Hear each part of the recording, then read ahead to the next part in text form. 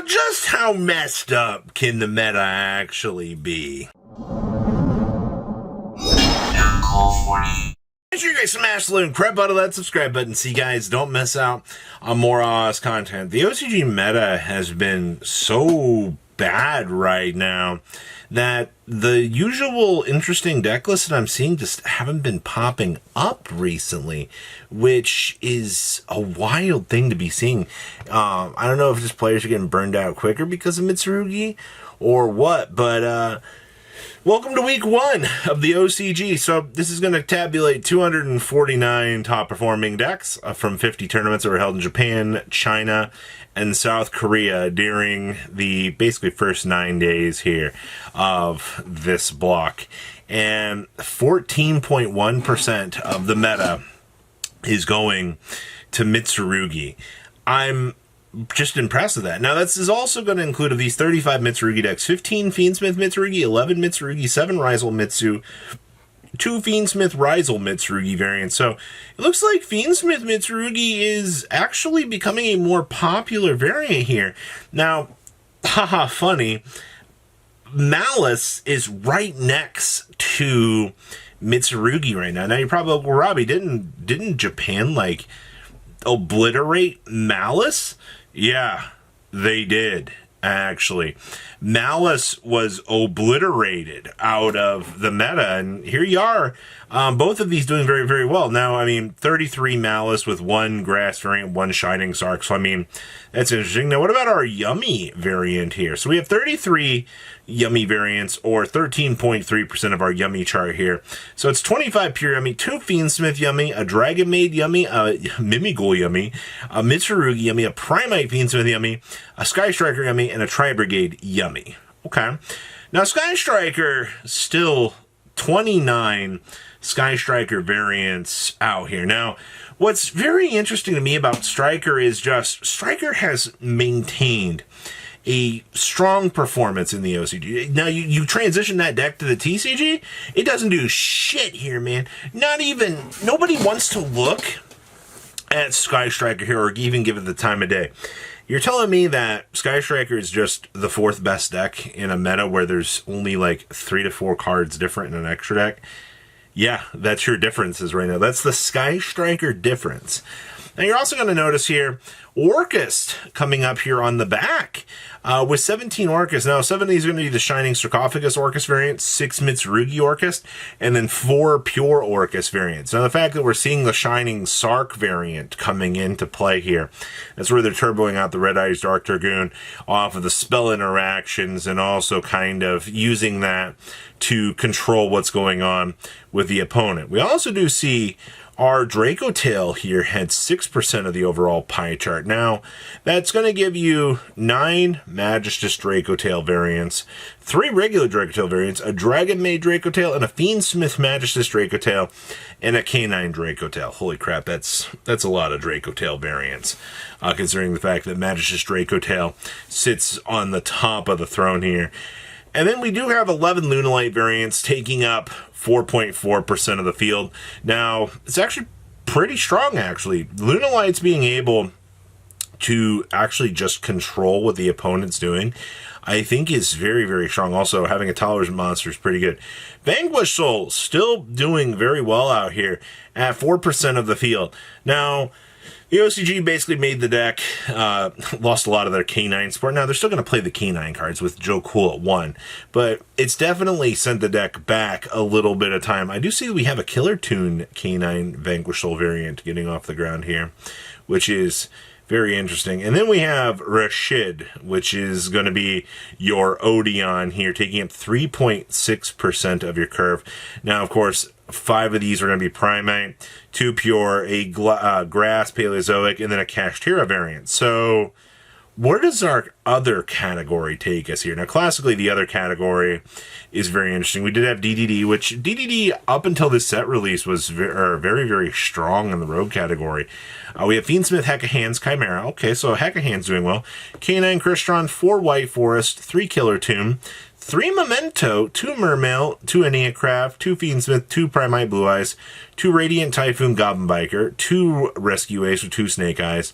And then we had a Cyber Dragon, a Fiendsmith Gem Knight, an Unchained Azamina Archmage Gem Knight, Goatee, Grass Bestial Arm Dragon, Tempai Dragon, Dragon Ruler. Holy crap, say that 10 times fast.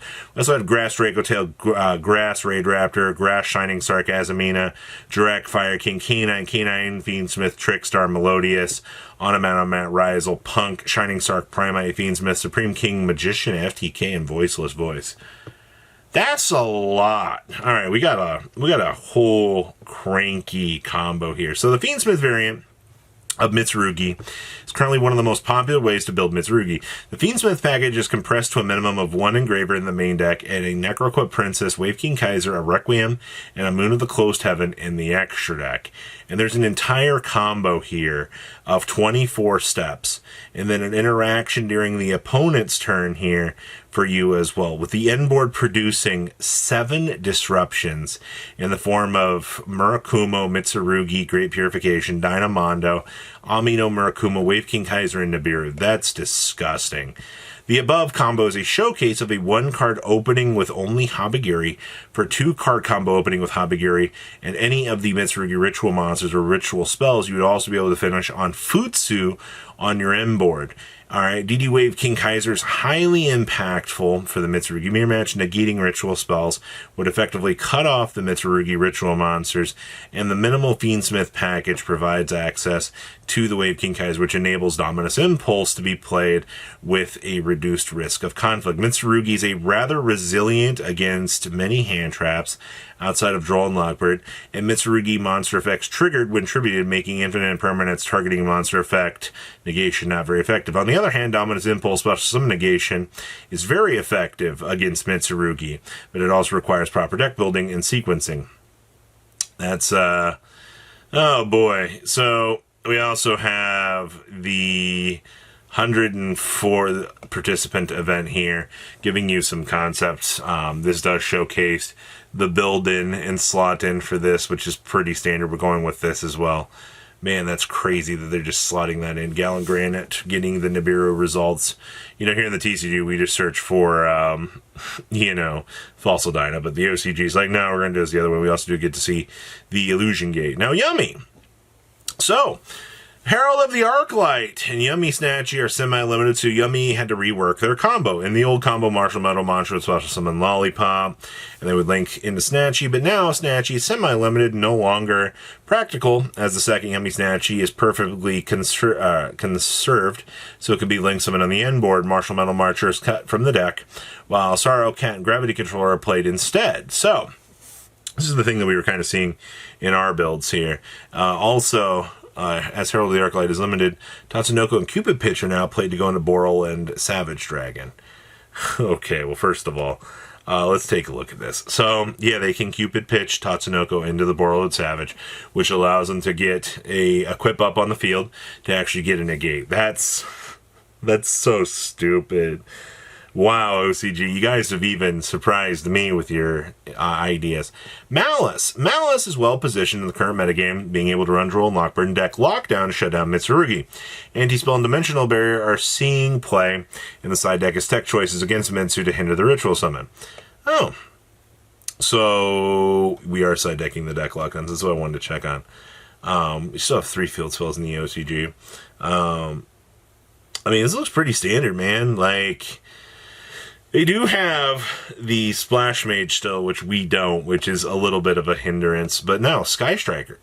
As Mitsurugi became a top contender, many players will be running Droll and Lockbird in the main or side deck. Called by the Grave is now a mainstay to negate Droll and Lockbird, and also banish the Amino Murakuma. To play against Droll and Lockbird, Radiant Typhoon Vision can be activated during the draw phase. So this finished 3rd, 4th. So we're actually playing the Psychonos in the main. It's a little bit crazy. Going with the Double Desires, which I think is fine. Going with the splash of this. They are only just playing Carmelia and the Link 1. We've also got the use of the good card down here. Alright, so conclusion. World Premiere Pack 2025 had a huge impact. Mitsurugi is a top contender right out of the get-go, and we can expect to see more draw and luck being fetched to the main deck. Primite Odeon, victory in the recent YCS Leagues inspired some players in the OCG to explore the new Treasure of the Kings and Apophis cards. And if you enjoyed this weekly metagame report, you guys should check out Road to the King for more. Man, this is a dumpster fire, I will say. But what do you guys think? Please, leave a comment down below. Tell me what you guys think, and I'll see your beautiful faces back here in a day, guys. Patrons, thank you.